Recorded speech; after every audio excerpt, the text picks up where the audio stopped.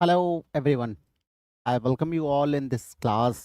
आज हम लोग एलटी ग्रेड जो हमारी बैच शुरू हो रही है उसकी शुरुआत कर रहे हैं। तो अभी आप सभी लोग जो है लिंक वगैरह को शेयर कर दीजिए and ask everyone those who want to prepare and want to confirm his their seat in the this vacancy. तो इस चैनल को सब्सक्राइब कर लें और आप भी इस चैनल को सब्सक्राइब कर लीजिए जो भी हमारे व्यूअर्स देख रहे हैं।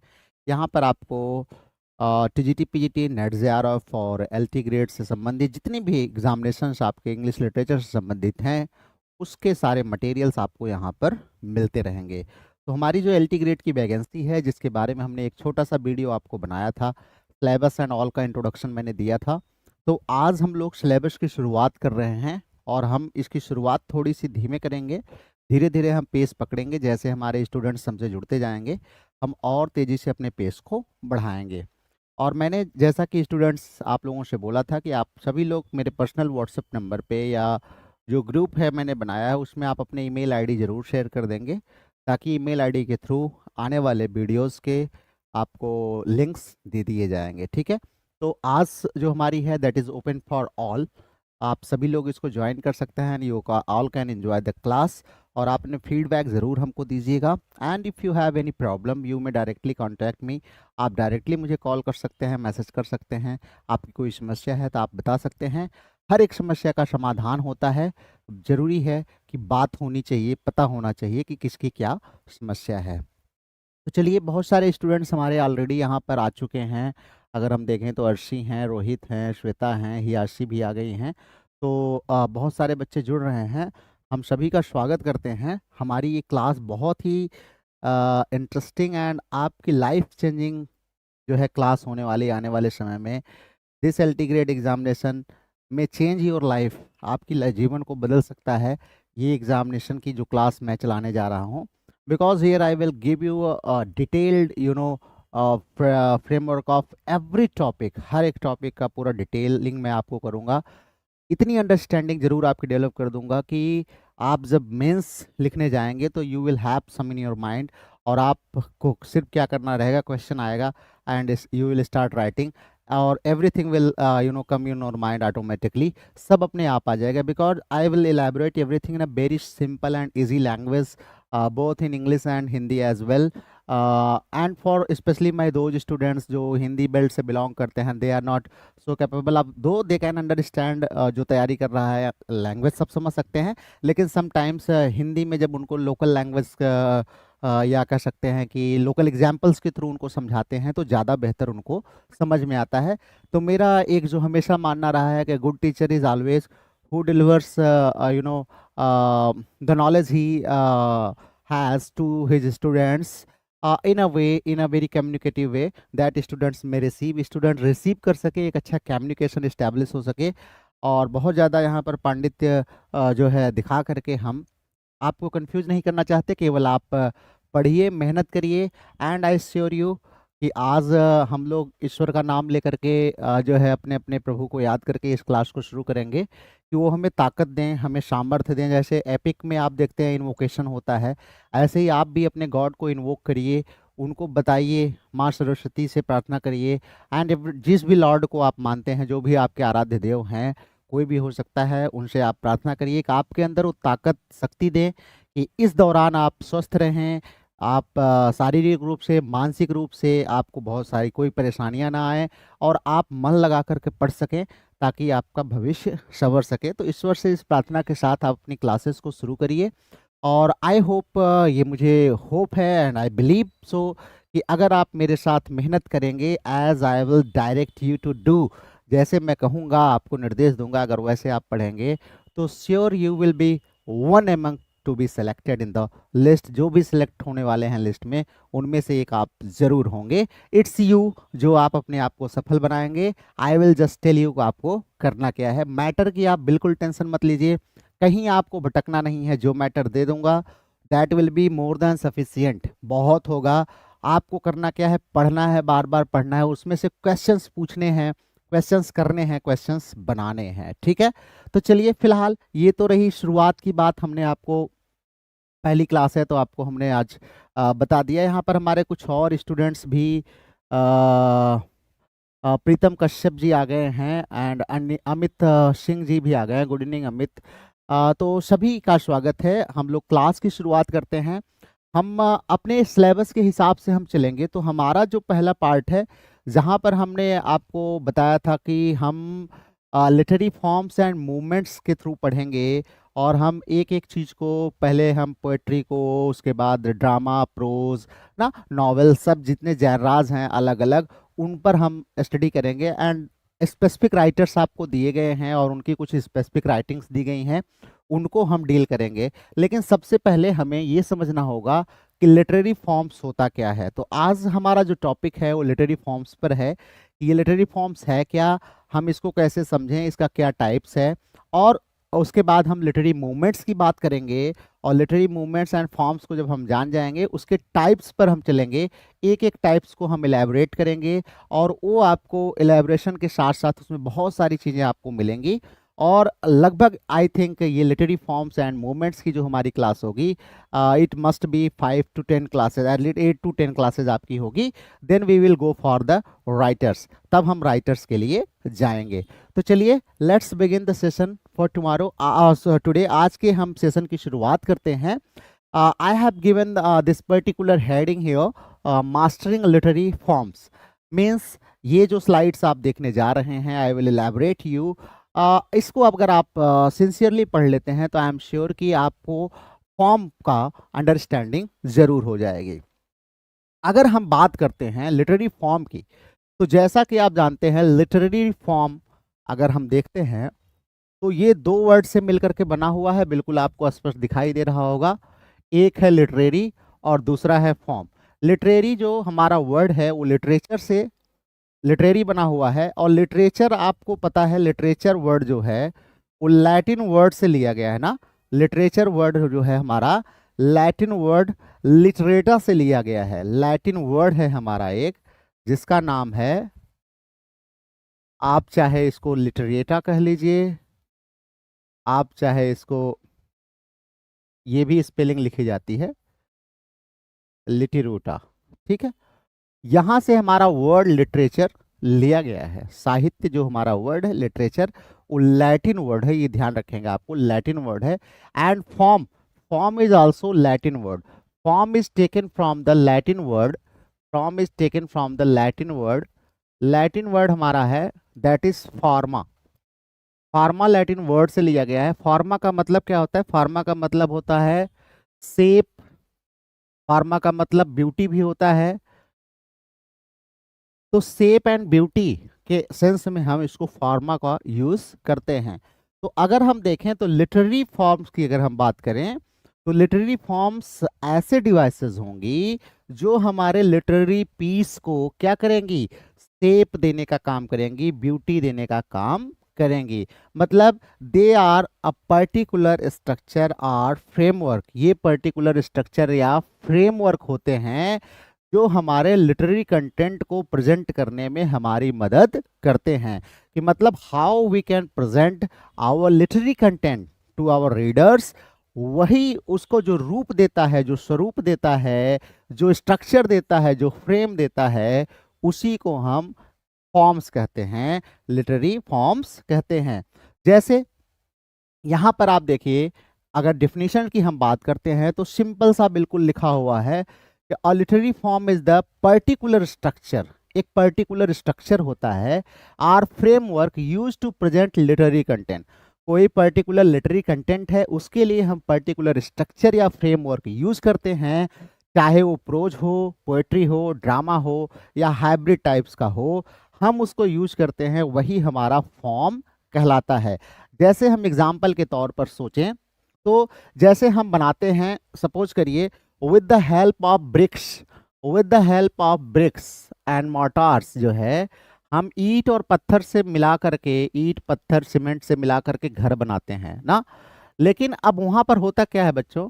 वहां पर होता यह है कि अलग अलग प्रकार के जो है स्ट्रक्चर्स हम बताते हैं, फ्रेम बनाते हैं, अलग अलग लिटरेरी कंटेंट जैसे यहाँ पर है, ऐसे अलग अलग जो है हम पर्पजेज के लिए, सपोज दैट हमें ऑफिस बनाना है तो हम इसी ईंट पत्थर सीमेंट से एक अलग टाइप का स्ट्रक्चर बनाएंगे that will look like office, वो ऑफिस की तरह दिखेगा और देख करके आप समझ जाएंगे। जैसे सरकारी भवन होते हैं, आप उसकी पेंटिंग बाहर से देख करके ही आप जान जाते हैं कि शायद ये सरकारी बिल्डिंग होगी ना। तो ये क्या है, दैट इज द स्ट्रक्चर और द शेप और the beauty that identifies this particular building, इस पर्टिकुलर बिल्डिंग को आइडेंटिफाई करती है। इन द सेम वे ये स्ट्रक्चर ही बता देता है कि ये किस फॉर्म में लिखा गया है, ये स्ट्रक्चर ही देख करके हमें पता चल जाता है कि इसके अंदर क्या होगा। जैसे ऑफिस का स्ट्रक्चर हम देखते हैं तो ऑफिस का, गवर्नमेंट ऑफिस का, स्कूल का, तो देखते ही हम समझ जाते हैं कि इसमें क्या होता होगा। ऐसे ही हम प्राइवेट फार्म हाउस वगैरह देखते हैं तो हम ऑटोमेटिकली गेस कर लेते हैं। पार्लियामेंट का आप स्ट्रक्चर देखेंगे तो ऑटोमेटिकली आप गेस कर लेंगे कि किस तरीके से है। इन द सेम वे जो हमारे लिटरेरी कंटेंट होते हैं उनको स्ट्रक्चर दिया जाता है, उनको एक रूप दिया जाता है।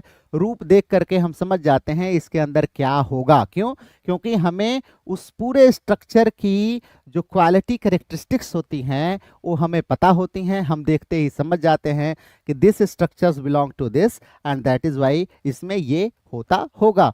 तो ये आपका प्रोज भी हो सकता है, पोएट्री भी हो सकता है और ड्रामा भी हो सकता है। ठीक है, गॉट इट, इतना समझ में आया। चलिए, प्रियंका जी आ गई हैं, good evening. Neha is also here, good evening. Shweta, ठीक है, good evening. Okay, now definitions अगर हम देखें तो we have taken 2-3 definitions here. Cleanth Brooks का नाम आप सब लोगों ने सुना होगा। द वेल रॉट अर्न इनकी जो है बहुत ही फेमस बुक है। हम लोग जब क्रिटिसिज्म वाले में जाएंगे तो वहां पर आपको बताएंगे जरूर क्लिंथ ब्रूक्स को। क्लिंथ ब्रूक्स का क्या कहना है? क्लिंथ ब्रूक्स हमारे कहते हैं कि form is the outward expression of inner content ना। यही जो मैंने आपको बताया कि इनर कंटेंट है, अंदर ऑफिस चल रही है, ये ऑफिस है ना, अंदर कमरे बने हुए हैं। इनर कंटेंट का आउटर फॉर्म जो होता है, आउटवर्ड एक्सप्रेशन जो होता है वही फॉर्म है। Outward expression of inner content क्या है? Form is nothing, form is just the outward expression of the inner content, अंदर के कंटेंट का आउटवर्ड। जैसे सपोज करिए कि we are human beings, the structure, this structure ना, दिस आउटवर्ड फ्रेम हमें बताता है कि व्हाट वी हैव इनसाइड, हमारे अंदर क्या होगा। Because just seeing the structure आप सिंपली गेस कर सकते हैं कि इसके पास लीवर, किडनी इस तरीके की होगी, और एक एनिमल का स्ट्रक्चर आपको दे देंगे तो यू विल फील कि इसका फंक्शनिंग अलग टाइप का होगा। तो ये इनर कंटेंट को दिखाने के लिए एक एक्सप्रेशन होता है। अगर हम कहें तो स्ट्रक्चर हमारा जो होता है वो उसके डीपर मीनिंग को रिवील करने के लिए यूज किया जाता है। एक प्रकार से it is just like the curtain, curtain की तरह होता है। देख करके हम समझ सकते हैं कि अंदर कुछ विशेष प्रकार का होगा ना। नॉर्थअप फ्राई साहब हमारे क्या कह रहे हैं? नॉर्थअप फ्राई का नाम भी आपने सुना होगा, specially he is known for his myth writing ना, मिथ पर इनका काफी काम है हमारे नॉर्थअप फ्राई साहब का। इनकी 1957 में जो है एक बुक पब्लिश हुई थी, वो काफी फेमस हुई थी, द आर्केटाइप ना of criticism. Literary form is a way of seeing, कहते हैं लिटरेरी फॉर्म कुछ भी नहीं है, अ वे ऑफ सीइंग है। क्या? एन इमेजिनेटिव परसेप्शन, एक इमेजिनेटिव परसेप्शन को देखने का जो हमारा तरीका है दैट इज लिटरेरी फॉर्म।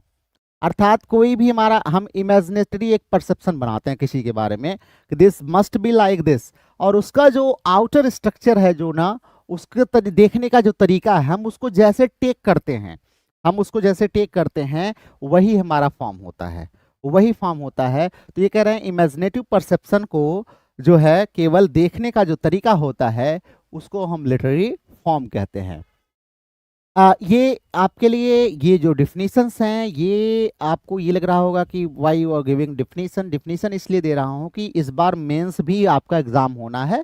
तो सपोज दैट आपको दे दिया लिखने के लिए कि व्हाट इज लिटरेरी फॉर्म, हाँ, define the development of drama, या कुछ भी आपको दे दिया, development of tragedy and so on आपको दे दिया। तो आपको लिटरेरी फॉर्म जब डिफाइन करेंगे तो you have to give 1 or 2 definitions given by writers ना, अलग अलग जो राइटर्स हैं, एक दो डेफिनेशन आपको याद रहेगी तो आप निश्चित रूप से क्या कर पाएंगे, वो कर पाएंगे। ठीक है, चलिए। He believed that form shapes how we interpret reality in literature. Now M.H. Abraham साहब की बुक्स में आप जाएंगे देखेंगे तो वहाँ पर सिंपली इन्होंने दिया है कि prose is the ordinary use of language without metrical structure. ये प्रोज का डिफिनेशन दिया है। हालांकि यहाँ पर प्रोज कहने के बजाय जो है हम लिटरेरी फॉर्म्स की बात कर रहे हैं, तो ये प्रोज के रेफरेंस में इन्होंने दिया है कि ये जो हमारे लिटरेरी प्रोज होते हैं ये लैंग्वेज के ऑर्डिनरी यूज होते हैं, जहाँ पर we generally do not follow any metrical structure. कोई भी मेट्रिकल स्ट्रक्चर मीटर फॉर्म वगैरह हम फॉलो नहीं करते हैं। हालांकि ये दोनों पर अप्लाई होता है, हम इसको बाद में पढ़ेंगे, जब हम डिटेल में आएंगे तो आपको बताएंगे। Now moving to the prose, अब हम इसके टाइप्स पर चलते हैं। तो हमारा जो लिटरेरी फॉर्म है उसमें पहला हमारा जो पॉइंट है दैट इज प्रोज। प्रोज को अगर मैं कहूँ तो इसको the natural flow of language कह सकते हैं। मतलब जहाँ पर हम naturally whatever we speak हम बोलते हैं that is in prose form. मतलब without caring for the rhythm, metre, structure, stanza and so on. जैसे मैं आपसे बात कर रहा हूँ, this is a type of prose, ये एक प्रकार की प्रोज है, ये लेक्चर फॉर्म में है। ये प्रोज हमारी पीस होगी। Suppose that you record and transcribe this, आप इसको ट्रांसक्राइब करते हैं तो जो ट्रांसक्रिप्शन आप पढ़ेंगे that will be called prose, because there is natural flow of language ना। I am not thinking about connecting some things or rhythm, metre, patterns and so on. तो नेचुरल फ्लो ऑफ लैंग्वेज को हम simple कहें तो pros कह सकते हैं। Pros है क्या? प्रोज एक ऐसा रिटन फॉर्म है इन the language of everyday speech.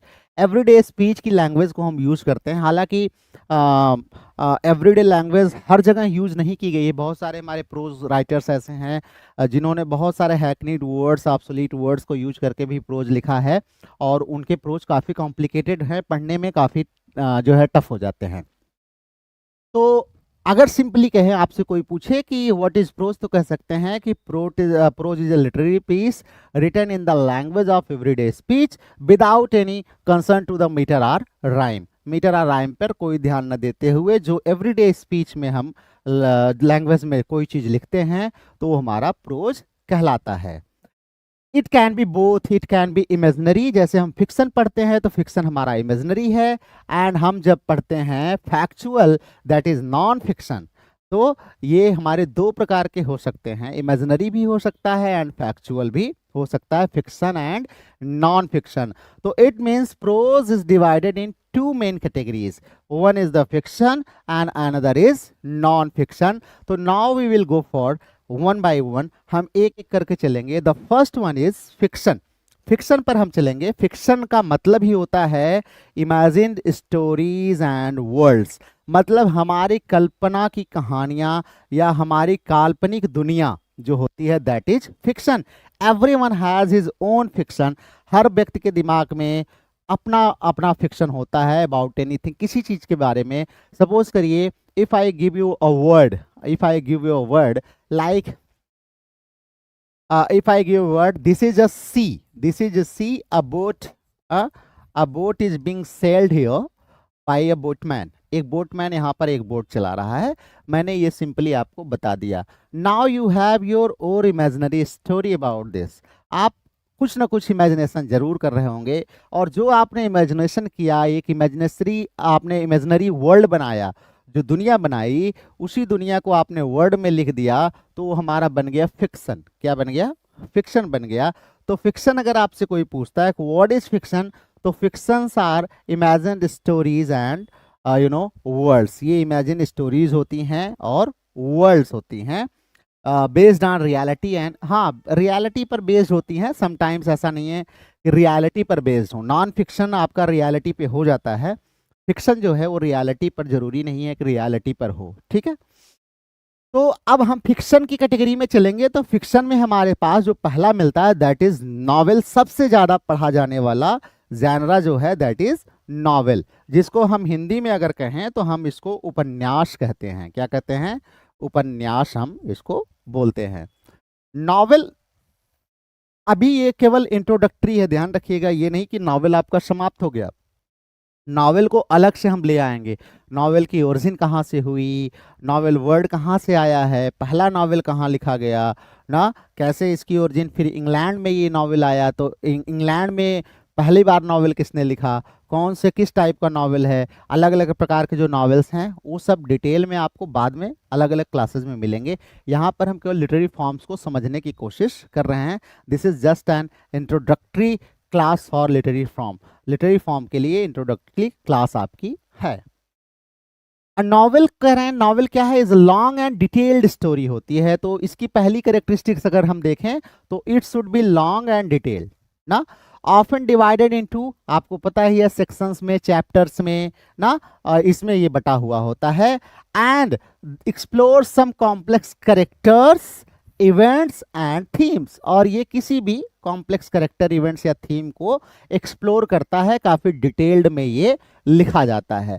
तो नॉवेल क्या है, novel is simply a long and detailed story. Long and detailed story होती है, often divided in chapters that explore complex characters, settings, themes, events etcetera.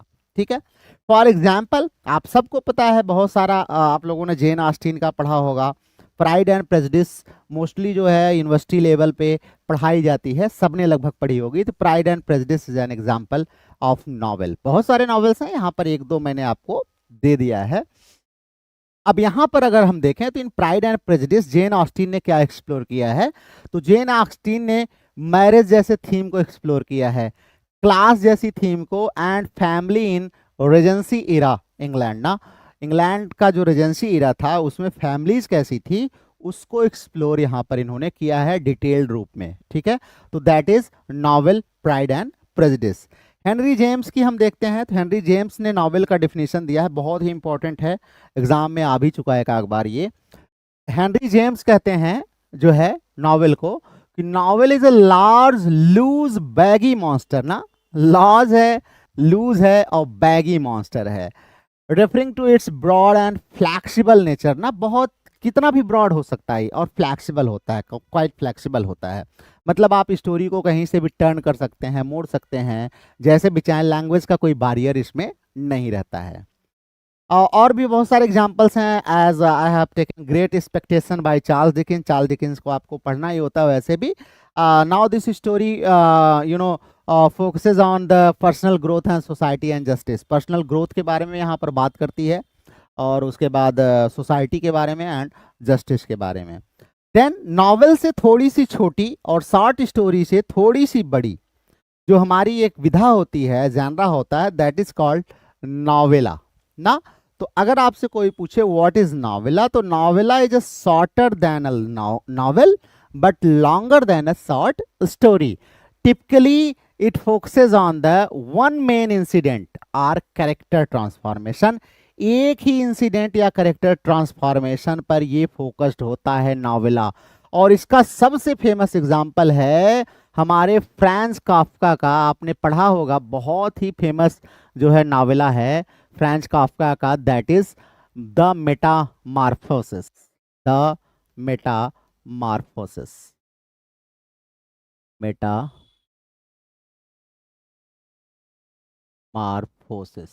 ठीक है, ध्यान रखिएगा, मेटामॉर्फोसिस। ये फ्रांज काफ्का की ये नॉवेल है। मतलब अगर हम लेंथ की बात करें इसकी, तो जो है ये हमारी नॉवेल से छोटी और शॉर्ट स्टोरी से बड़ी होती है। अर्थात ना ये नॉवेल अपने आप में है, ना जो है शॉर्ट स्टोरी है, बीच का है, नॉवेला है।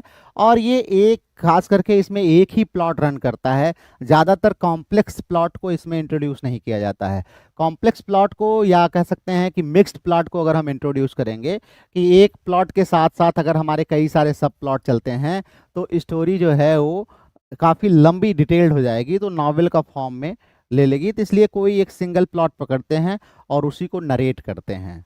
ठीक है, एग्जाम्पल्स की बात करें तो I have given the example of Metamorphosis by Franz Kafka.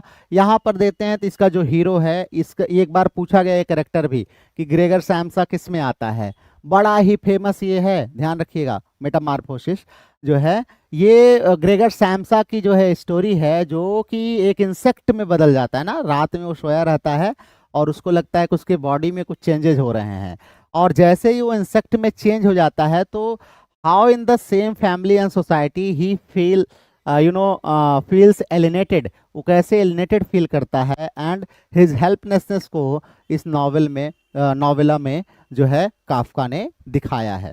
Then we have Ian Watt. Ian Watt साहब जो थे, इनकी भी नॉवेलाज काफ़ी जो है यूनिफाइड इम्प्रेशन को दिखाती हैं, और ये मल्टीपल प्लॉट्स को नहीं दिखाती हैं, ठीक है, ध्यान रखिएगा।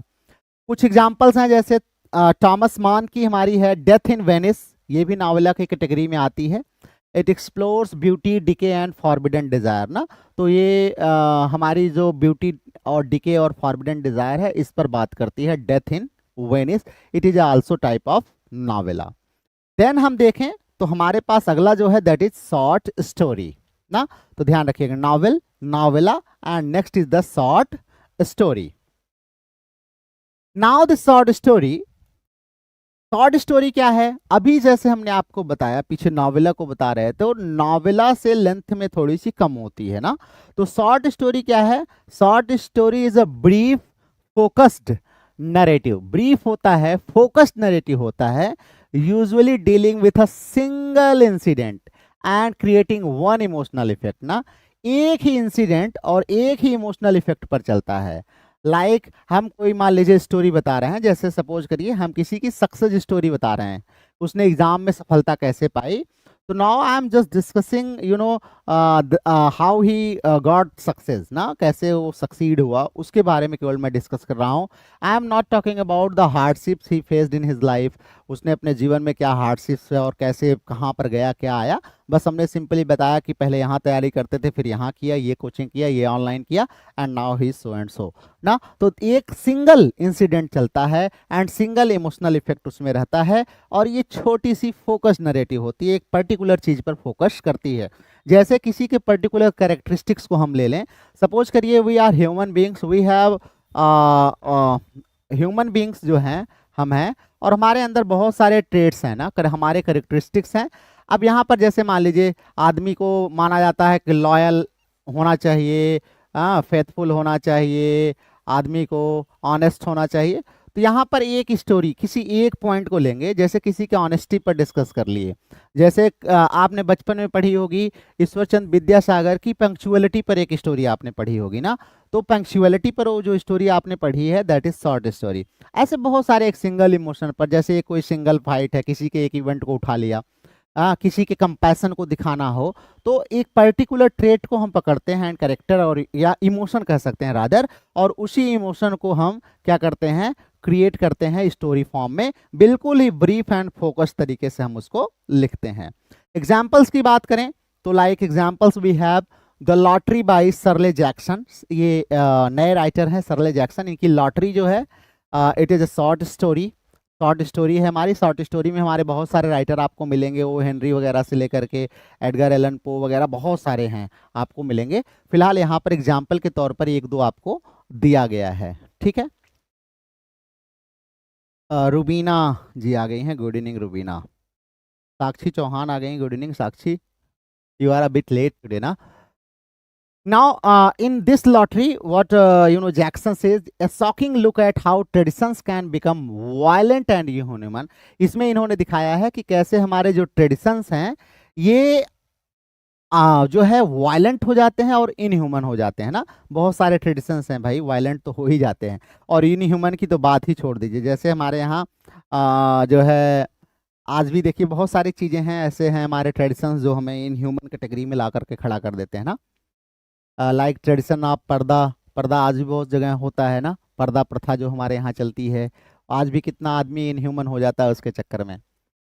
उसके बाद एडगर एलन पो की एक जो है इनकी डिफिनेशन है, दैट इज ये कहते हैं कि a short story must have a single effect and every word must contribute to it.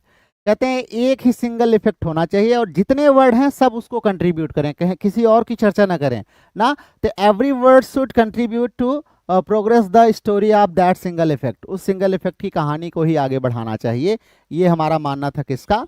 ये हमारा मानना था एडगर एलन पो साहब का। उसके बाद देखिए तो मापसा की जो है आप देखेंगे द नेकलेस, ये तो बहुत ही फेमस स्टोरी है, द नेकलेस मापसा की। It's about the human vanity, poverty and the twist of fate ना, कैसे आदमी की वैनिटी और पॉवर्टी, एंड फिर बाद में जो है उसके लाइफ में जो है, हाँ हाँ, पीडीएफ आपको जरूर मिल जाएगा, डोंट वरी, आप सबको पीडीएफ में जो है, जो ग्रुप है उसमें मैं भेज दूंगा। हाँ बिल्कुल अभय जी, पूरा विकिपीडिया से छाप के लाए हैं। कहाँ से लाएंगे अभय जी आप? Maybe you have learn, you have cram every Wikipedia, आप सब विकिपीडिया को आपने क्रैम कर लिया होगा, लेकिन विकिपीडिया और रिसोर्सेज से हम नहीं लाएंगे तो कहाँ से लाएंगे? आपको बैठ के टाइप करेंगे आपके लिए, ऐसा तो होगा नहीं। या तो आप चले आइए, मैं बोलूँगा, आप टाइप करिए, तो आपको कुछ अपना कंटेंट भी दे दूंगा मैं, because I don't have so much time, my purpose is to आपको पढ़ाना है, आपका एग्ज़ाम क्लियर हो जाए। हम विकिपीडिया से ला रहे हैं कि हम मल्टीमीडिया से ला रहे हैं, उस पर फोकस करने के बजाय बेटा पढ़ोगे ना तो सिलेक्शन हो जाएगा, ठीक है। तो नेकलेस जो है वो मापसा साहब की हमारी, it talks about vanity, poverty and the twist of faith, ठीक है। चलिए, अनामिका जी हैं, good evening Anamika, wrong one is also good evening, Pritam Kashyap आ गए हैं। हाँ पीडीएफ आपको मिल जाएगा बेटा, बिल्कुल मिल जाएगा, पीडीएफ मिल जाएगा। I will try my level best. वैसे आपके एक साथी आपको पीडीएफ दे सकते हैं, अभय जी हैं, उनसे आप ले सकते हैं, विकिपीडिया से है, he may provide you all the PDF ना, ठीक है। तो ऐसी नॉनसेंस अगर आपको करना है तो you are asked not to join the class, आपको यहाँ पर फोर्स नहीं किया गया है, आपको कहा नहीं गया है कि आओ तुम पढ़ो, ठीक है। तो दोबारा से ऐसा काम ना करना। आता जाता एक अक्षर नहीं है, ज्ञान देने चले आएंगे। Flash fiction, now we talk about the flash fiction की हम बात करते हैं। Flash fiction is an extremely short story. Flash fiction ये नया बिल्कुल टर्म है, आजकल यूज होता है। 1000 वर्ड से भी कम में हम लगभग जो स्टोरी लिखते हैं ना, दैट इज फ्लैश फिक्शन ना। Flash fiction is extremely short story, usually under 1000 words, 1000 word से कम में होता है। That still contains a plot and emotional punch. इसमें एक भाई ऐसा नहीं है कि प्लॉट नहीं होगा, प्लॉट भी होगा, इमोशन भी होगा, सब कुछ होगा, लेकिन जो है ये बहुत एक्सट्रीमली शॉर्ट होता है ना। जैसे सपोज करिए आपने कोई एक पर्टिकुलर, आप हमसे बात कर रहे हैं, अचानक आपने एक स्टोरी बता दी कि when I was posted there ना, I came across a man like this and this, एक इमोशन को आपने कन्वे कर दिया in less than 1000 words. 1000 words से कम में भी आपने क्या किया, उसको कर दिया, ठीक है।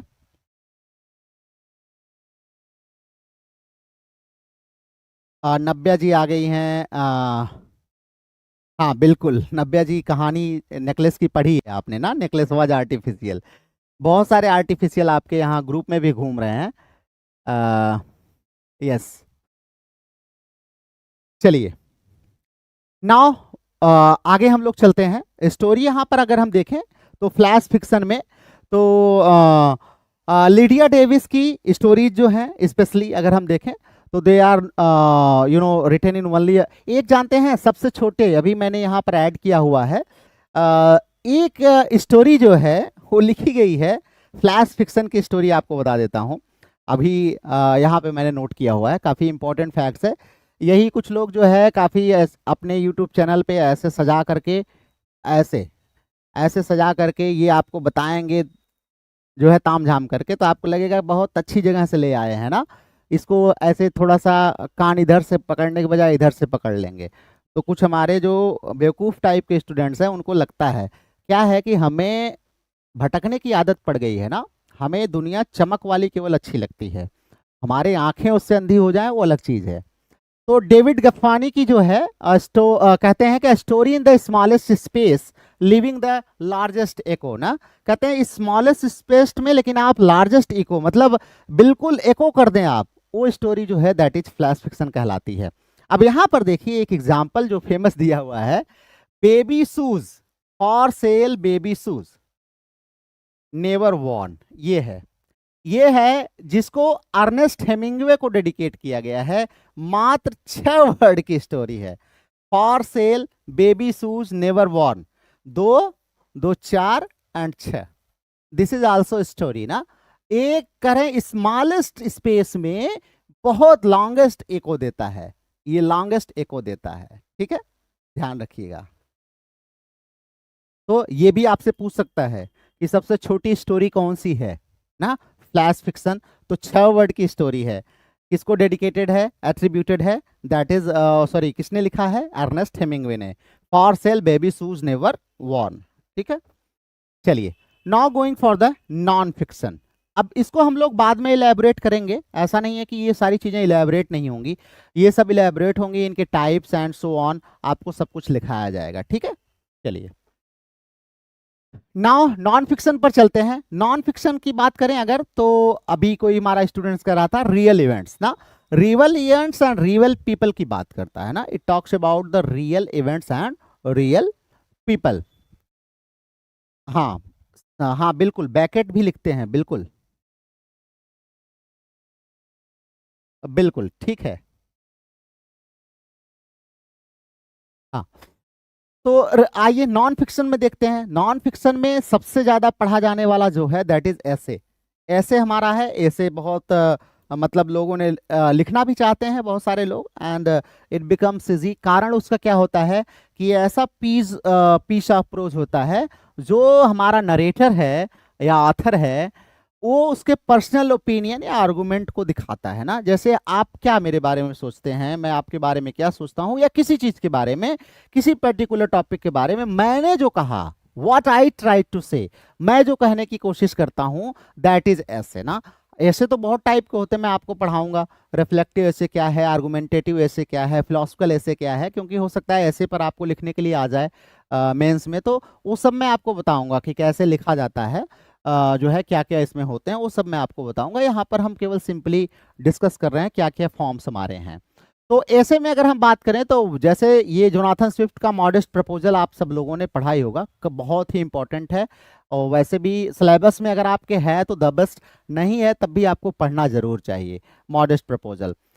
ये क्या है? It is a satirical piece suggesting that poor family should sell their children as food to the rich, criticising British policy in Ireland. हालांकि आयरिश थे ना जोनाथन स्विफ्ट, आपको पता ही होगा।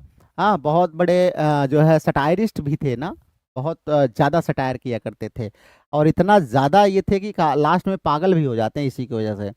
तो ब्रिटिश पॉलिसी थी स्पेशली आयरलैंड में, खास करके आयरलैंड को जो ये लोग गवर्न कर रहे थे, तो वहाँ पर जो slab and child slab trade से ज़्यादा जो है चाइल्ड लेबर का जो फैशन था, उसके अगेंस्ट में इन्होंने ये लिखा है ना। जहाँ पर पुअर फैमिलीज को ये बताते हैं कि इनको अपने मतलब अपने फैमिलीज को रन करने के लिए इनको अपने बच्चों को भेजना पड़ता है। क्यों? क्योंकि तभी इनकी जिंदगी चल पाएगी। Now Samuel Johnson, Samuel Johnson को आप सब लोग जानते होंगे, डॉक्टर सैमुअल जॉनसन। शायद ही कोई ऐसा होगा जो इनको न जानता हो ना, लिटरेचर पढ़ा हो जिसने। सैमुअल जॉनसन जी क्या कहते हैं ऐसे को? कहते हैं a loose sally of the mind ना, a loose sally of the mind, loose sally of the mind. तो ये ध्यान रखिएगा, बहुत ही इंपॉर्टेंट डिफिनीशंस हैं, ये एग्जाम में आते हैं। ऐसा नहीं है कि आपको याद रहेगा तो आप लिखेंगे ही, प्लस ये आपको ऑब्जेक्टिव में भी डायरेक्ट पूछ सकता है कि किसने कहा है loose sally of the mind, तो आपको याद रहना चाहिए डॉक्टर जॉनसन ने हमारे कहा है। Then we have Aldous Huxley. Aldous Huxley ऐसे के बारे में क्या कहते हैं? बहुत सारी डिफिनीशंस हैं, आई विल यू नो दो तीन यहाँ पर डिफिनीशंस मैंने लिया हुआ है, बाकी जब डिटेल में पढ़ाएंगे तो और भी डिफिनीशंस बताएंगे।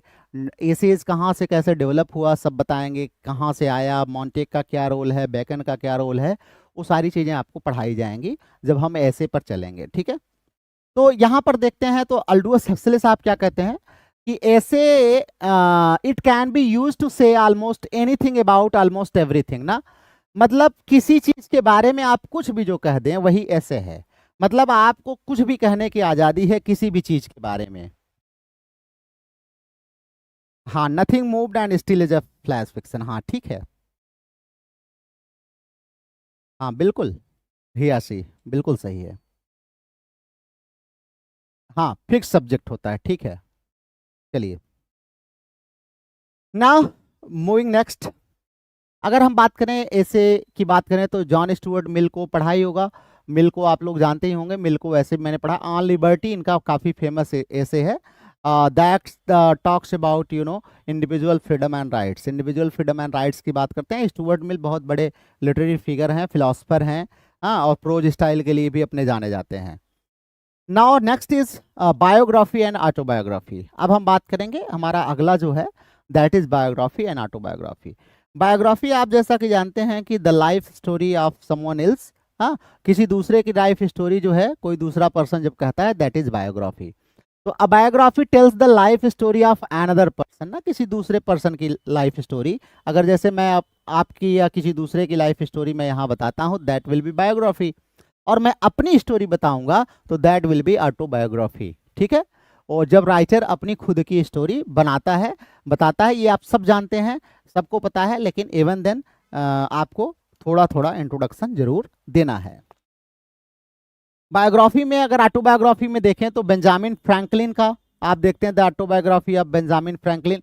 हालांकि बहुत सारे ऑटोबायोग्राफी हैं, नेहरू हैं, गांधी हैं ना, हमारे इंडियन में आप चले आइए, कमला दास हैं, बहुत सारे, सबकी अपनी अपनी ऑटोबायोग्राफी है। लेकिन फिलहाल जो है, और बायोग्राफी में अगर आप देखेंगे तो बॉसवेल हैं जिन्होंने जॉनसन की बायोग्राफी लिखी है, उसके बाद इज़ाक वाल्टन है, बहुत सारे बायोग्राफर भी हमारे रहे हैं। तो इसमें फ्रैंकलिन ने दिखाया है कि कैसे वो बहुत हम्बल बिगिनिंग से, मतलब गरीब परिवार से और एकदम डाउन ट्रॉडन फैमिली से शुरू करके एक स्टेट्समैन, राजनेता और इन्वेंटर एक बनते हैं बेंजामिन फ्रैंकलिन। ये इन्होंने अपनी द ऑटोबायोग्राफी में बताया है। थॉमस कार्लाइल क्या कहते हैं? कहते हैं कि biography is the only true history. Biography कुछ भी नहीं है, केवल एक हिस्ट्री है उस व्यक्ति की, ना, इतिहास है। जॉर्ज गस्डोर्फ जो है कहते हैं कि autobiography is the supreme act of self interpretation, मतलब आप खुद को इंटरप्रेट करते हैं और उसी का जो एक्ट है supreme act of self interpretation, मतलब शायद उससे बढ़िया अपने आप को इंटरप्रेट आप ना कर पाए। तो जहां पर आप अपने आप को सबसे बढ़िया इंटरप्रेट कर लें तो दैट इज ऑटोबायोग्राफी, वो आपकी ऑटोबायोग्राफी है। एग्जाम्पल्स की बात करें तो सैमुअल जॉनसन की द लाइफ ऑफ पोएट्स आप जानते ही हैं, और डॉक्टर सैमुअल की जो है जेम्स बॉसवेल ने जो लिखा था the life of doctor Samuel Johnson by James Boswell, जिसकी हमने चर्चा आपसे करी है। ठीक है। और बहुत सारे हैं बायोग्राफर, बहुत सारे हमारे ऑटोबायोग्राफी लिखने वाले हैं, वो सब हम चर्चा करेंगे जब हम लोग इसको डिटेल में पढ़ेंगे तब। ठीक है। Now next genre is memoir. Memoir भी आपके एग्जामिनेशन में कभी कभी जो है लिखने के लिए आ जाता है, मेमोयर पर स्पेशली, या ट्रेवेलॉग वगैरह जो होते हैं उस पर लिखने के लिए आपको आ जाता है। तो मेमोयर ट्रेवेलॉग एक ही में करके आप पढ़ सकते हैं।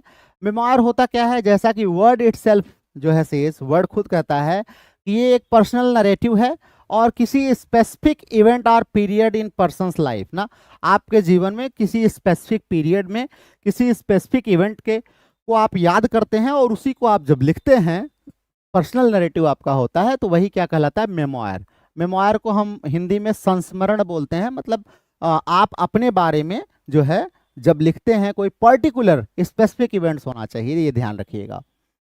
एग्जाम्पल्स की बात करें तो नाइट बाय इली विजल, इली विजल का नाइट है जिसमें उन्होंने कैसे नाजी कंसंट्रेशन से अपने आप को बचाया है, उसको इसमें दिखाया है इन्होंने। और उसके बाद पैट्रिसिया हैम्पल की है, मेमोयर कहते हैं कि memoir is how V shape truth into meaning. Memoir वही है कि कैसे हम ट्रुथ को मीनिंग देते हैं, दैट इज मेमोयर। और एग्जाम्पल की बात करें तो I know why the caged bird sing, इतना फेमस ये है, ध्यान रखिएगा भैया, माया एंजेलो का बहुत ही फेमस है, आई know why the caged bird sings. तो ये याद रखिएगा, आपके एग्जाम में ये सब आते हैं। ठीक है। Then we have travel writing, या जिसको ट्रेवलॉग हम बोलते हैं, जर्नलिज्म, इन सब की बात करें तो you know these forms involve reporting real experiences पर ये बेस्ड होते हैं, often combining description and observation and commentary, ना। तो हम रियल इवेंट्स को देखते हैं, उस पर हम जो कुछ भी देखते हैं उसको डिस्क्राइब करते हैं, ऑब्जर्व किए रहते हैं, ऑब्जर्वेशन अपना देते हैं और उस पर हमारी कमेंट्री देते हैं कि क्या ये है, ना। तो जर्नलिज्म और ट्रेवलॉग जो है लगभग मिलती जुलती विधाएं हैं। दोनों में डिफरेंस क्या है कि जर्नलिज्म और ट्रेवलॉग में डिफरेंस क्या है कि ट्रेवलॉग में भी पर्सनल, ये पर्सनल हो जाता है, जर्नलिज्म इज नॉट पर्सनल, ना, पर्सनल नहीं होता, इट इज मोर फॉर्मल, ये ज्यादा फॉर्मल होता है, जबकि ट्रेवलॉग बिकम्स इनफॉर्मल, ये थोड़ा सा इनफॉर्मल होता है। तो वहां पर हम पढ़ेंगे तो आपको आगे डिटेल में बताएंगे। Now we have examples, the innocent abroad by Mark Twain. Mark Twain का द इनोसेंट अब्रॉड ये काफी फेमस है, मार्क ट्वेन का जो है, that is you know travelogue. Humorously captures American tourist in Europe and the middle east ना। Europe and middle east में जो अमेरिकन टूरिस्ट हैं उनके जो पूरी यात्रा वृत्तांत है उसको कैच किया इन्होंने। मैथ्यू अर्नोल्ड कहते हैं मेमार के बारे में, जर्नलिज्म के बारे में, कि good journalism is literature in a hurry ना। जब आप कोई लिटरेचर बहुत जल्दीबाजी में लिख देते हैं तो वही गुड जर्नलिज्म है ना। तो good journalism is literature in a hurry. और एग्जाम्पल की बात करें तो ब्रूस चैटविन की जो है पेटागोनिया, ये भी हमारी जो है जर्नलिज्म या मेमोयर सॉरी ट्रेवेलॉग में आती है। ठीक है, now we are going for the second section हमारा, दैट इज पोएट्री। अभी हम लोग प्रोज की बात कर रहे थे, अब हम लोग पोएट्री की बात करेंगे। ठीक है, तो यहाँ तक अगर आपको कुछ समझ में आ रहा है तो डू ड्रॉप योर कमेंट्स कि हाँ ठीक है आपको, या आपको और कुछ बेहतर आप इसमें चाहते हैं तो वो भी आप सजेस्ट कर सकते हैं मुझे कि सर इसको और इतना बेहतर बना सकते हैं। हालांकि this is the very first class और आज केवल पहला क्लास है, एंड इसमें जज कर पाना that will B quite tough for you, but फिर भी अगर किसी को नहीं समझ में आ रहा है तो ज़रूर वो पूछ लेगा। और आपको एक दो बार जब आप पढ़ेंगे तो निश्चित रूप से आपको समझ में आएगा। पहली बार में ऐसा हो सकता है कि आपको समझ में ना आए, लेकिन एक दो बार जब आप पढ़ेंगे उसके बाद जब हम हर एक टॉपिक को डिटेल में थोड़ा सा लेंगे तो वहाँ पर और बेहतर तरीके से आपको समझ में आएगा। ठीक है, तो हाँ ठीक है, समझ में आ रहा है तो बहुत अच्छी बात है। आइए, now we see poetry the music of thought. ठीक है, पोएट्री को हम देखते हैं। ठीक है Shweta, thank you very much. Poetry की बात करें तो पोएट्री क्या है, कह रहे हैं पोएट्री जो है rhythm, figurative language, line breaks and emotionally charged words होते हैं। किस लिए? To create compact artistic expression. Poetry जो है ये किसका यूज करती है? रिदम का यूज करती है, फिगरेटिव लैंग्वेज का यूज करती है, लाइन ब्रेक्स का यूज करती है, एंड देन इमोशन बहुत होता है, इमोशनली चार्ज होती है, और create a compact artistic expression. Definition बहुत सारी है पोएट्री की, एक दो डिफिनीशन जो आपको यहाँ पर है, that is poetry is the spontaneous overflow of powerful feelings. ये हम आपको पोएट्री की डिफिनीशन जब समझाएंगे तो वहाँ पर आपको बता देंगे कि ये हमारी जो preface to the Lyrical Ballads है, preface to the Lyrical Ballads जो हमारी 1800 में आई थी, उसमें हमारे वर्ड्सवर्थ साहब ने ये डिफिनीशन दिया हुआ है ना। Poetry is the spontaneous overflow of powerful feelings, emotions recollected in tranquillity.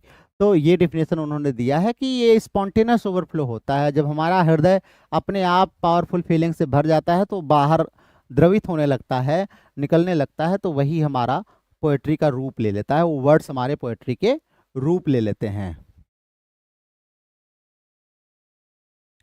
हाँ बिल्कुल बिल्कुल Pritam Kashyap ji, this class will run till the exams. आपके केवल प्री तक ही नहीं, मेंस तक के एग्जाम को भी ये पूरा कवर करेगा, आप उसके लिए बिल्कुल निश्चिंत रहिए।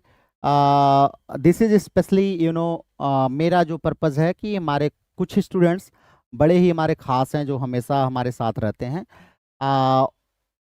उनके लिए कोशिश है, but also for those who are willing to join this, कि इस तरीके से पढ़ाया जाए अपने एक्सपीरियंस से कि आपको सिलेक्शन मिल जाए। कोशिश मेरी यही रहेगी, बाकी आप पर निर्भर करेगा कि आप कितना सीरियसली, कितना मेहनत से आप पढ़ते हैं। मेरी कोशिश यही रहेगी कि उस तरीके से आपको पढ़ाऊँ। मैं आपको कैसे पढ़ा रहा हूँ, कहाँ से ले रहा हूँ, क्या ले रहा हूँ, उससे आपको बहुत ज़्यादा कंसर्न नहीं होना चाहिए। You just focus on this कि आपका सिलेक्शन होना है, और उसके बाद आप जितने रिसोर्सेज हैं सबको एक्सप्लोर करिए, अपने नॉलेज को एक्सप्लोर करिए, दैट्स अनदर थिंग। हमें केवल यहाँ पर फोकस रहना है, हमारा जो सिलेबस है, जहाँ से क्वेश्चंस आने हैं, कैसे क्वेश्चंस आते हैं। हाँ, स्पेशली अगर हम बात करें तो जो है मेंस का एक अनुभव मेरे पास रहा है, और चूंकि मैं जीआईसी लेक्चरर का टॉपर भी रह चुका हूँ तो थोड़ा सा मैं आपको ज़रूर ये कह सकता हूँ कि मैं बेहतर बताने की कोशिश करूँगा कि आपका सिलेक्शन हो जाए, वही एक कोशिश है। और बाकी मेहनत करने में तो मैं कभी पीछे नहीं रहने वाला हूँ। आप पीछे हट सकते हैं लेकिन मैं पीछे नहीं हट सकता। अभी तो मैं बहुत स्लो चल रहा हूँ और अभी समय भी मैं कम दे रहा हूँ थोड़ा सा, धीरे धीरे ये सब बढ़ जाएगा, आप बिल्कुल टेंशन न लीजिए। मैं 48 डिग्री टेम्परेचर में भी मैंने क्लास पढ़ाई है, और केवल एक सिंगल फैन पे ना, एक पेडेस्टल फैन लगा हुआ है मेरे पास, ना एसी है ना कुछ है। मैं सारा काम करता हूँ, अकेले करता हूँ। क्यों? क्योंकि फ्री क्लासेस हैं, बहुत सारी पेड क्लासेस हमारे पास है नहीं। तो रिसोर्सेज टेक्निकल स्टाफ है, वो उसको 18,000 20,000 सैलरी चाहिए, तो कहाँ से देंगे? इलेक्ट्रिसिटी बिल आता है, वाईफाई का बिल आता है ना, प्लस हमने जो सेटअप लगा रखा है अराउंड 3-4 लाख इन्वेस्ट करके। तो वो जो है हमारी जो मनी है वो आपसे हमें प्राप्त होगी। कैसे प्राप्त होगी? आप जब सेलेक्ट हो जाइएगा तो आप हमसे मिलिएगा, तो वही हमारे लिए मनी हो जाएगी। ठीक है, तो इसलिए अकेले करना पड़ता है, तो कभी कभी हो सकता है चीज़ें उस लेवल पे नहीं हो पाए। मैं तो सोचता हूँ कि मेरा कोई स्टूडेंट सेलेक्ट होकर के आसपास ही आ जाए और वो मुझे ज्वाइन कर ले, तो हम लोग बहुत कुछ इतिहास बना सकते हैं ना। चलिए, तो पोएट्री की एक डिफिनीशन है, इसको हम आपको बताएंगे। प्रीफेस टू लिरिकल बैलेट्स में और भी डिफिनीशन है। Poetry is the breath and final spirit of all human knowledge, दुनिया भर की चीजें हैं, उसको हम बाद में डिस्कस करेंगे। ऑर्डन साहब कहते हैं पोएट्री इज मेमोरेबल स्पीच ना, अगर आपको कुछ याद आ जाए आप बोल दें दैट इज पोएट्री, आपके दिमाग में आ जाए। जैसे आपने किसी को बहुत बढ़िया देखा, फिर अचानक आपके अंदर रोमांटिक सी फीलिंग आ गई ना, तो आपने याद किया कि what the beautiful face it was ना, कुछ ऐसे गा गा करके आप कर दें, दैट इज पोएट्री। मतलब इमोशंस आपका बाहर आ जाए ना। हाँ, सबके अलग अलग डिफिनेशन है। कॉलरिज कहते हैं बेस्ट वर्ड्स जो हैं इन बेस्ट ऑर्डर जो है हमारी पोएट्री होती है, और बेस्ट वर्ड इन ऑर्डर जो है हमारा प्रोज होता है। तो सबकी अलग अलग डिफिनीशन है ना, अलग अलग डिफिनीशन है, तो उसके बारे में हम चर्चा फिलहाल करेंगे। देन पोएट्री में अब हम देखें टाइप्स की बात करते हैं। Let's see the comments. हाँ ठीक है, poetry is the spontaneous overflow, 1800 में आया था साक्षी, यस एब्सोल्युटली। हाँ ठीक है Rohit, thank you very much.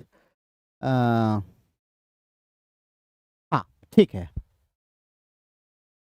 Now lyric poetry की हम बात करते हैं बेटा। पहला हमारा टाइप है लिरिक पोएट्री। लिरिक पोएट्री में देखिए बहुत सारी चीजें आ जाएंगी, ध्यान रखिएगा। लिरिक से आप मतलब ये मत समझिएगा कि लिरिक कोई एक पर्टिकुलर, इसके अंदर बहुत सारी चीजें आ जाती हैं। लिरिक का मतलब क्या है? छोटी सी इमोशनल और काफी म्यूजिकल जो पोम होती है, जो एक पर्सनल थॉट या इमोशन को दिखाती है, फीलिंग को दिखाती है, दैट इज लिरिक ना। तो लिरिक क्या है? जब हम डिवाइड करते हैं तो लिटरेचर, अगर हम पोएट्री की बात करें तो सब्जेक्टिव एंड ऑब्जेक्टिव पोएट्री में हम डिवाइड करते हैं, सब्जेक्टिव एंड ऑब्जेक्टिव। तो सब्जेक्टिव पोएट्री में हमारी लिरिक आती है ना, लिरिक हमारी जो सोनेट वगैरह है ये सब्जेक्टिव पोएट्री में आती है, और ऑब्जेक्टिव पोएट्री भी हमारी होती है। ठीक है, तो ध्यान रखिएगा। लिरिक क्या है? Lyric is a short emotional and often musical poems that express personal thoughts and feelings. तो लिरिक यही हमारी होती है। और लिरिक के भाई यहाँ पर जॉन कीट्स के जो है ओड टू नाइटिंगेल जो है ओड है, लेकिन इट्स लिरिकल ना, म्यूजिकल है, और यहाँ पर बहुत सारे इमोशंस भी है। और बहुत सारे राइटर्स हैं हमारे जो है लिरिक के, पीबी शेली बहुत बड़े राइटर माने जाते हैं ना। फिर आगे आप आएंगे तो आपको क्या नाम है उनका, जो नाइटिंगेल लिखा है उन्होंने, रॉबर्ट ब्रिजेस, ये सब भी लिरिक के बहुत अच्छे पोएट्स माने जाते हैं। ठीक है, ध्यान रखिएगा। तो लिरिक है क्या? लिरिक ब्यूटीफुल, इसमें देखते हैं तो नाइटिंगेल में क्या दिखाया कीट्स ने? कीट्स ने दिखाया है कि आर्ट मॉर्टेलिटी और स्केप फ्रॉम पेन को बड़ा ही आर्टिस्टिकली एंड ब्यूटीफुली रिफ्लेक्ट किया है। ये इन्होंने ओड टू नाइटिंगेल, सब लोगों ने पढ़ी होगी, आपको पढ़ाएंगे भी, शायद सिलेबस में है ये। उसके बाद नॉर्थप फ्राई कहते हैं the lyric gives voice to the inner self, मतलब जब आपके इनर सेल्फ को आप कोई आवाज दे देते हैं तो दैट इज लिरिक। वो क्या होता है? लिरिक होता है। ठीक है, चलिए आगे चलते हैं बच्चों।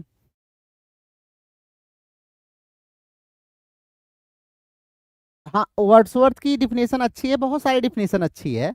अब है गुड इवनिंग, रवि जी आ गए हैं, गुड इवनिंग। थोड़ा सा आप लोग लेट है ना, चलिए कोई बात नहीं है। आज आपकी जो क्लास है एमसीक्यू सीरीज की, वो 9:15 से चलेगी, 9:15 से। और आपकी जो इंडियन राइटिंग इंग्लिश की क्लास है वो 10:15 से चलेगी। ठीक है, चलिए। तो दूसरा हमारा है, पहला लिरिक पोएट्री हो गया, दूसरा हमारा नरेटिव पोएट्री। नरेटिव जैसे खुद ही नरेशन से बना हुआ है, आप जानते हैं नरेशन मतलब होता है to say, not to say, to tell. जब हम कोई story, tells a story in verse form, जब हम वर्स फॉर्म में, पोएट्रिक फॉर्म में कोई स्टोरी कहते हैं, खास करके often with characters, plot and a setting, इसमें कुछ करेक्टर, प्लॉट और सेटिंग होते हैं। तो इसके साथ जब हम कोई कहानी, किसमें कहते हैं? जिसको हम पद्य कहते हैं, हिंदी में क्या कहते हैं? पद्य रूप में ना।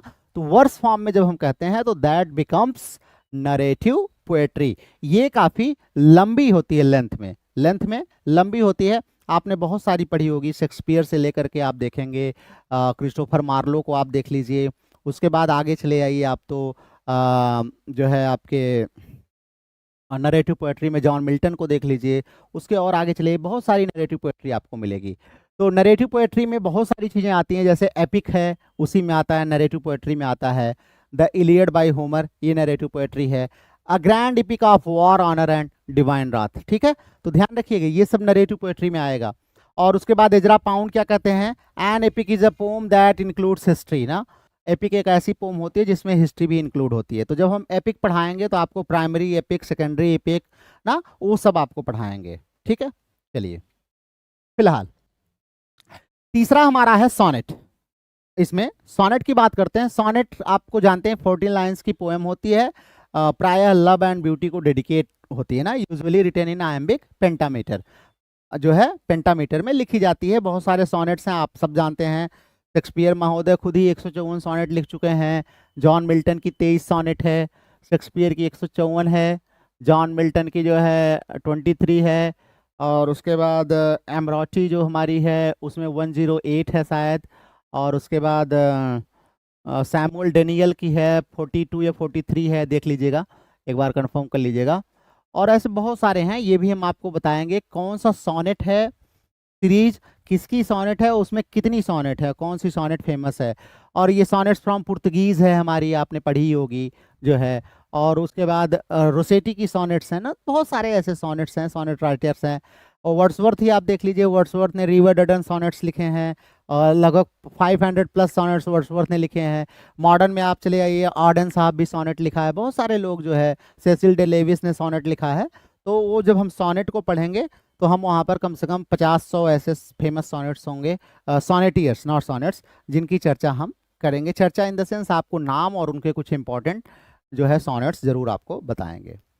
Then dramatic poetry. Dramatic poetry काफ़ी इंपॉर्टेंट हो जाता है। ये ऐसी पोएट्री होती है that is mean to be spoken और एक्टेड, इसमें इसको बोला जाता है, एक्ट किया जाता है विथ करेक्टर्स एंड डायलॉग, ठीक है। तो ध्यान रखिएगा, ड्रामेटिक पोएट्री का काफ़ी रोल होता है। लाइक जैसे फेड्रे है जीन रैसिन की जो है, classical tragedy, forbidden desire and fate पर ये बेस्ड है। उसके बाद रॉबर्ट स्कोल्स की कहते हैं कि ड्रामेटिक पोएट्री क्या है, gives voice to inner conflict through character. जब हम करेक्टर के थ्रू अंदर के कॉन्फ्लिक्ट को आवाज देते हैं तो क्या कहलाता है, ड्रामेटिक पोएट्री कहलाता है। ये कहना है रॉबर्ट स्कोल्स का। अब तीसरा हमारा जो फॉर्म आ गया दैट इज ड्रामा। ड्रामा हमारा है लिटरेचर दैट कम्स अलाइव ना, ऐसा लिटरेचर जो कि अलाइव ही हमारे पास आता है, that is drama. Drama is written to be performed using dialogue, action and stage direction. तो ड्रामा क्या है, एक ऐसा लिटरेरी पीस है जो कि लिखा जाता है किस लिए, टू बी परफॉर्म करने के लिए, यूजिंग डायलॉग, जिसमें डायलॉग होता है, एक्शन होता है और स्टेज डायरेक्शन होता है। हालांकि इसमें भी कुछ ऐसी कैटेगरीज हैं जो हमेशा परफॉर्म नहीं की जाती है ना, जैसे हम लोग कर्टल सोनेट पढ़ते हैं, आपने सुना होगा ना, वर्स ड्रामा जिसको हम बोलते हैं, कर्टल सोनेट कह रहा हूँ, क्या कहते हैं उसको, curtain theatre, curtain theatre, curtain drama आपने पढ़ा होगा, वर्स ड्रामा आपने पढ़ा होगा। वर्स ड्रामा जो है प्रायः रीड करने के लिए, जो है रीड करने के लिए लिखा जाता है, न कि परफॉर्म करने के लिए, लेकिन डायलॉग्स, एक्शन और ये सब उसमें भी रहता है, ठीक है। डिफिनीशन अब आप देखेंगे तो पोएटिक्स में डिफिनीशन आपको बहुत बेहतरीन जो है मिल जाएगा कि ड्रामा जो है वो इमिटेट करता है, drama imitate actions through dialogue and performance ना। तो जो डायलॉग और परफॉर्मेंस के थ्रू एक्शंस को इमिटेट करे, कॉपी करे, दैट इज ड्रामा। अपने गांव की भाषा में कहें तो नौटंकी, जैसे आपके घर में बहुत सारे नौटंकी बाज होते हैं ना, ड्रामेबाज भी आप उनको बोलते हैं। आजकल ड्रामेबाज एक वर्ड बन गया है ना, एक वर्ड बन गया जिसको हम क्या बोल सकते हैं, ड्रामेबाज। अल्फ्रेड हिचकुक कहते हैं कि drama is life with the dull bits cut out. फिलहाल छोड़िए, ड्रामा की कैटेगरीज में आ जाते हैं हम, टाइप्स में। तो सबसे पहले ट्रेजेडी है। अब ट्रेजेडी की डिफिनीशन आपको जो सबसे ज़्यादा इंपॉर्टेंट ट्रेजेडी की डिफिनीशन आपको याद करनी होगी, हम आपको लिखवाएंगे भी, लिखवाएंगे इन द सेंस यहाँ पर आपको इलेबरेट करेंगे, एक्सप्लेन करेंगे, एंड देन आपको पीडीएफ अवेलेबल कराएंगे। आप रट लीजिएगा 2-3 डिफिनीशन, खास करके अरिस्टोटल की डिफिनीशन आपको ट्रेजेडी की याद ही करनी पड़ेगी, जो शायद उनके पोएटिक्स के चैप्टर 6 में दी गई है। ठीक है, तो उसको आपको याद ही करना पड़ेगा और उसी को इलेबरेट, क्योंकि ट्रेजेडी पर मान के चलिए कि एक क्वेश्चन घुमा फिरा के जरूर एग्जाम में आता है, मेंस में आ सकता है। तो ट्रेजेडी है क्या? ट्रेजेडी कहते हैं कि एक serious play in which the main character is brought down by fate और पर्सनल फ्लॉ। ट्रेजेडी एक ऐसा प्ले होता है, सीरियस प्ले होता है, जिसमें जो मेन कैरेक्टर या जो हीरो जिसको कह सकते हैं या पिवोटल फिगर जिसको कह सकते हैं, उसका पतन दिखाया जाता है। किसके द्वारा? भाग्य या उसके अंदर कुछ पर्सनल कमी होती है, उसके द्वारा उसका पतन दिखाया जाता है। तो दैट इज ट्रेजेडी। और ट्रेजेडी भाई तभी तो होगी, त्रासदी तभी हो सकती है जब पतन हो ना, नुकसान हो। ऐसा नहीं कोई बड़ा प्रॉस्पर कर गया और आप उसको ट्रेजेडी कहेंगे। हाँ, ऑन हिज ब्लाइंडनेस सॉनेट है, बिल्कुल। ऑन शेक्सपियर सॉनेट, बहुत सारे सॉनेट्स हैं साक्षी, बहुत सारे। देखिए खुशबू जी आ गई हैं। Khushboo, you are too late today. I am good, I am good, I hope you must be good ना, आप भी अच्छे ही होंगे ना। तो चलिए आगे हम लोग चलते हैं। एकदम मस्ती के साथ आप लोग पढ़िए, मजे के साथ पढ़िए, बहुत ही आनंद आएगा। मुझे ऐसा विश्वास है कि अगर आप लोग जुड़े रहेंगे तो ये तो कुछ भी नहीं है। In you know off days, जब मेरा कॉलेज नहीं होता है, as you all know I am assistant professor, तो this is just giving you service. ठीक है, आप जिस दिन मेरा ऑफ डे होगा तो इट माइट बी कि मैं बहुत सारे आपको टाइम आपको दे सकता हूँ, लाइव भी दे सकता हूँ, रिकॉर्डेड क्लासेस भी अपलोड कर दूंगा। तो ऐसा नहीं है कि मैं सारी चीज़ें आपको कवर कराऊंगा, रिवीजन भी कराऊंगा, आपका प्रैक्टिस टेस्ट भी मैं जरूर कराऊंगा, उस पर भी काम करूंगा। लेकिन यू मस्ट फील, आपको थोड़ा सा ये दिमाग में जरूर रहना चाहिए कि I am one army, you can not compare me with other channels, those are running in coaching forms ना, they have a number of staffs working there, उनके पास स्टाफ्स हैं, बहुत सारे लोग काम करने वाले हैं, टेक्निकल है, अपना दुनिया भर का प्रचार प्रसार कर रहे हैं। मेरा प्रचार प्रसार बस आप लोग हैं, आप लोग जहाँ तक पहुँचा पाएंगे लोगों को पहुँचाइए ना। मैं कोई एडवर्टीजमेंट करता हूँ, क्योंकि उसके लिए फंड चाहिए एडवर्टीजमेंट करने के लिए, लोगों तक पहुँचाने के लिए, तो आपके द्वारा ही लोगों को पहुँचेगा। दूसरी चीज़, चूँकि 10 to 4 मैं ऑक्युपाइड रहता हूँ कॉलेज में, कॉलेज का 10 to 4 टाइम है, तो आई कैन नॉट ये सारे काम मैं नहीं कर सकता उस दौरान। और उस दौरान कॉलेज खुला है तो कॉलेज में तो रहना ही पड़ता है 10 से 4, तो वो भी एक समस्या होती है ना। तो यहाँ पे कोई है नहीं। 10 to 4 इफ़ आई मैं आता हूँ 4 o'clock, 4:30, 4:20 के आसपास आता हूँ। तो उसके बाद कुछ खाया पिया, इट टेक्स 30-40 मिनट्स, फिर बैठ गए कंटेंट बनाने के लिए। इट टेक्स टाइम, टाइम लगता है कंटेंट बनाना, फिर उसको पीपीटी वगैरह बनाना ना। तो ऐसा नहीं है कि बहुत सारा एफर्ट लगता है, या आप बहुत सारे हमारे स्टूडेंट्स को लगता होगा कि दिस इज़ सो इजी ना, कि a teacher comes and whatever is written वो यहाँ पर आकर के बोल देता है, दैट्स वेरी इजी। बट आप पर्टिकुलरली इफ़ मैं बहुत सारे लोगों की बात नहीं कर रहा हूँ, मतलब those who are like me ऐसे रन कर रहे हैं, उनके लिए काफ़ी ये मुश्किल होता है। It takes me almost 2 o'clock in the night, 2 बजे रात हो जाती है मुझे सोने में। And then early in the 6:30, 6 o'clock पे उठता हूँ, then go for some personal fitness program, वहाँ पे जाता हूँ। It takes 2 hours there. तो क्या है, life is so busy, you should think ना, यू शुड सिंपथाइज, आपको थोड़ा सा कंपैशन आपके अंदर होना चाहिए। Someone is showing effort to you ना। और वो कंपैशन आप कैसे दिखा सकते हैं? By working hard. आप खूब मेहनत करिए, सिलेक्शन आप दीजिए, तो वही आपका कंपैशन होगा। ठीक है, चलें बच्चों आगे चलते हैं। तो हालांकि एग्जाम्पल्स बहुत सारे हैं यहाँ पर। इडिपस रेक्स जो है ये ग्रीक एक प्ले है हमारा, ट्रेजेडी है, सोफोक्लीज ने लिखा है। काफ़ी ये, इसको मैंने पढ़ाया भी है, आप चाहेंगे तो इसका वीडियो आपको एमए में मिल जाएगा, एडिपस रेक्स का, जहाँ पर आप ये कहानी जानते ही होंगे कि जो एडिपस है अनोविंगली जो है अपने फादर को मार देता है और अपनी माँ से ही शादी कर लेता है। तो जो एक प्रोफेसी बहुत पहले हुई थी, वो प्रोफेसी जो है सही साबित हो जाती है, आप सबने पढ़ा होगा। Now going for the next, that is comedy. Comedy है बेटा, कॉमेडी क्या है? लाइट हार्टेड प्ले होता है, दैट एंड्स हैप्पीली, तो हैप्पी नोट पे एंड होता है, ध्यान रखिएगा। ऑफन विथ मैरिज, सेलिब्रेशन और रिकंसिलिएशन ना। ज्यादातर देखें तो मैरिज में और या तो सेलिब्रेशन कोई होगा या रिकंसिलिएशन होगा, उसी पर एंड होता है। मिडसमर नाइट ड्रीम शेक्सपियर का, मैं इस पे बहुत सारे एमसीक्यूज आपको मोर देन आई थिंक 150 करा चुका हूँ। और ये क्या है? It is about magical comedy of lovers and fairies in the forest. Forest में जो है लवर्स एंड फेरीज की पूरी कहानी है। Midsummer Night's Dream, by William Shakespeare.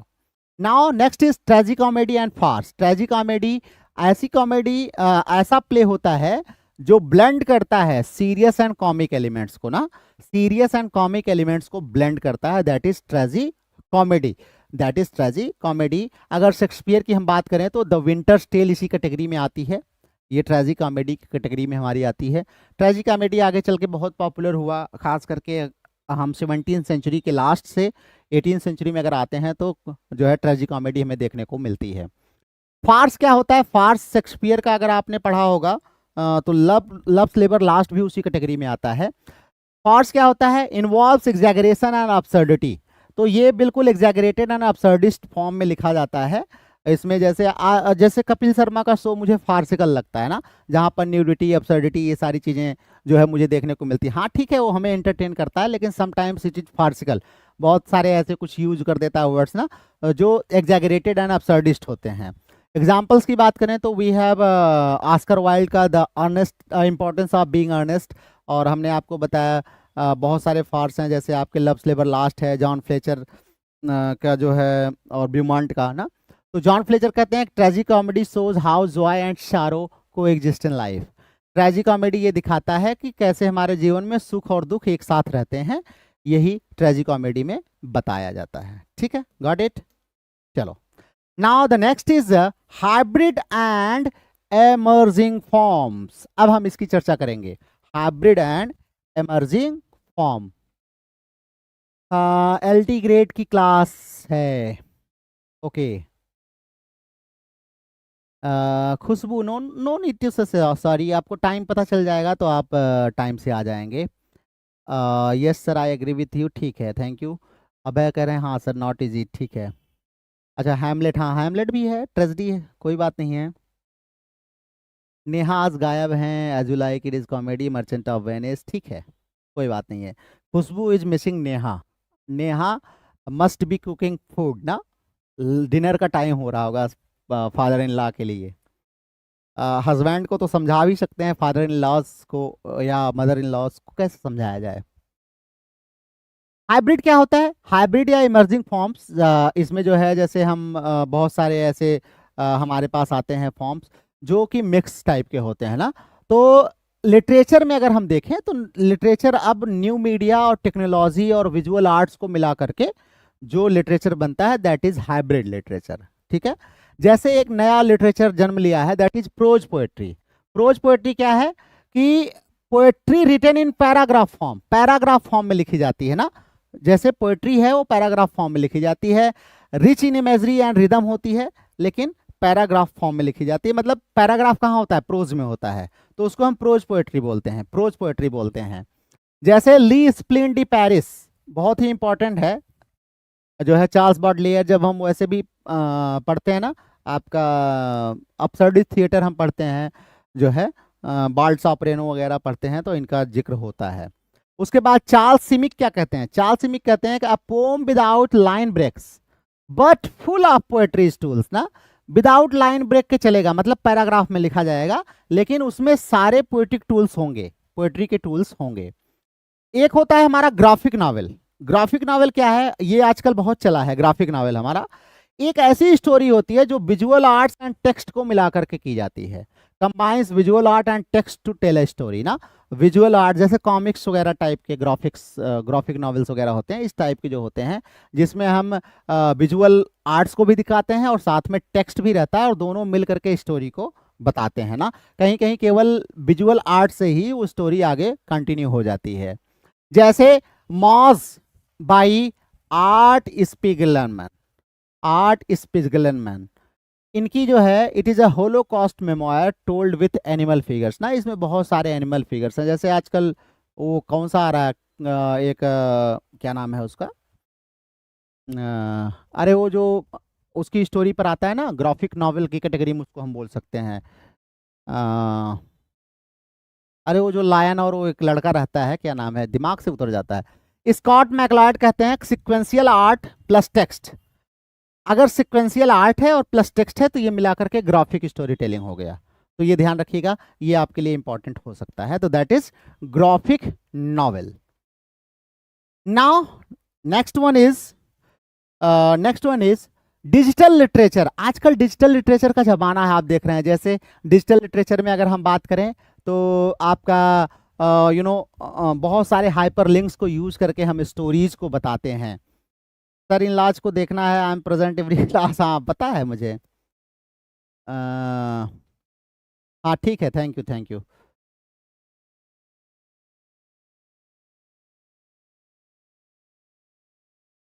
Okay okay, क्या बात है, खुशबू की तो आज लॉटरी लग गई है ना। चलो पढ़ लो, आज इस टाइम को यूज कर लो। चलो, तो अगर हम देखें तो डिजिटल लिटरेचर या हाइपर टेक्स्ट फिक्शन क्या होता है। हाइपर टेक्स्ट फिक्शन कहने का मतलब ये है कि हम कोई हाइपर लिंक्स या मल्टीमीडिया के लिंक्स को ऐड कर देते हैं ना। तो जब हम इंटरैक्टिव और डिजिटल फॉर्मेट्स लाइक जैसे हाइपर लिंक्स एंड मल्टीमीडिया का यूज करके कोई चीज शो करते हैं तो that is called digital literature. क्या कहलाता है? Digital literature. जैसे आजकल देखिए छोटे छोटे जो है शॉर्ट्स बनते हैं, है ना, उसमें आपको क्या है, हाइपर लिंक्स वगैरह मल्टीमीडिया का यूज करके बनता है, उसमें कुछ स्टोरी भी रन करती है ना, तो that is digital literature. Hyper text fiction, उसमें कोई कहानी नरेट करे तो हाइपर टेक्स्ट फिक्शन होता है। जैसे आफ्टरनून है, a story by Michael Joyce, ये काफी इंपॉर्टेंट है, नोट कर लीजिएगा। माइकल जॉयस की आफ्टरनून जो है। इप्सन जो है आरसेट कहते हैं कि hypertext changes the path and pace of narrative.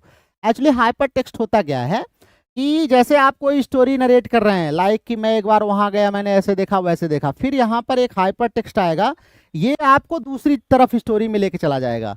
यहाँ से एक दूसरी स्टोरी ओपन हो जाती है ना, दूसरी स्टोरी ओपन हो जाती है, that is hyper text, hyper links. ठीक है, तो इस प्रकार की स्टोरी खास करके डिजिटल लिटरेचर कहलाते हैं। डिजिटल लिटरेचर में जैसे आप विकीपीडिया खोलते हैं ना, एक प्रकार से अगर मैं आपको सिंपली बताऊं तो विकीपीडिया आप खोलते हैं, ऐसे मान लीजिए आप पढ़ रहे हैं कि डिजिटल लिटरेचर क्या है, फिर बीच में एक आपको लिंक दे देता है, या डिजिटल लिटरेचर आपको ग्रीन करके दे देगा, उस पर क्लिक करेंगे तो दूसरी जगह पेज खुल जाएगा ना, तो ये क्या है, दैट इज हाइपर लिंक।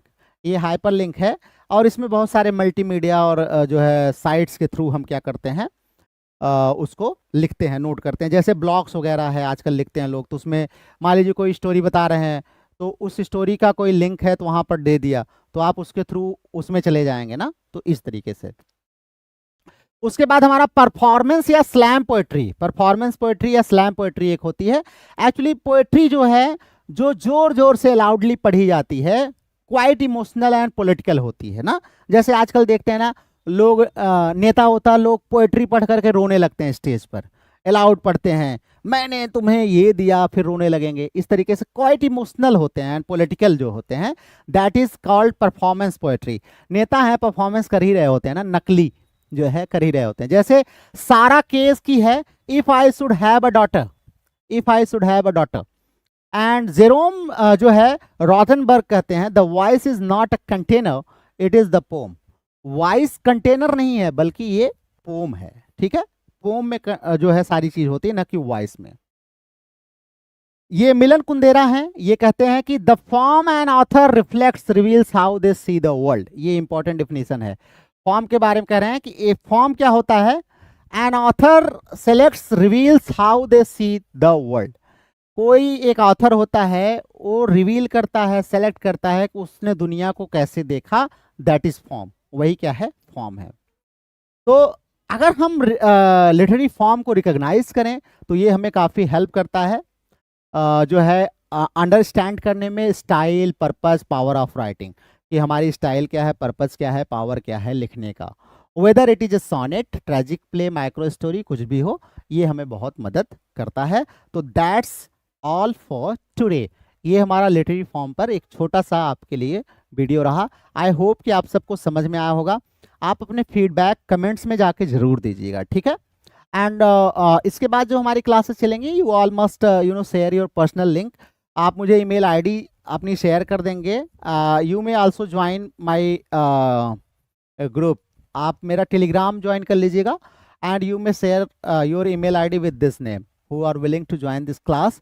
जो है यहाँ पर्सनल लिंक आप शेयर कर देंगे ईमेल आईडी, तो I will be sending the link for you. ये मैं आपको लिंक सेंड करूँगा, ठीक है। तो चलिए, दैट्स ऑल फॉर टुडे। आज के लिए बस इतना ही।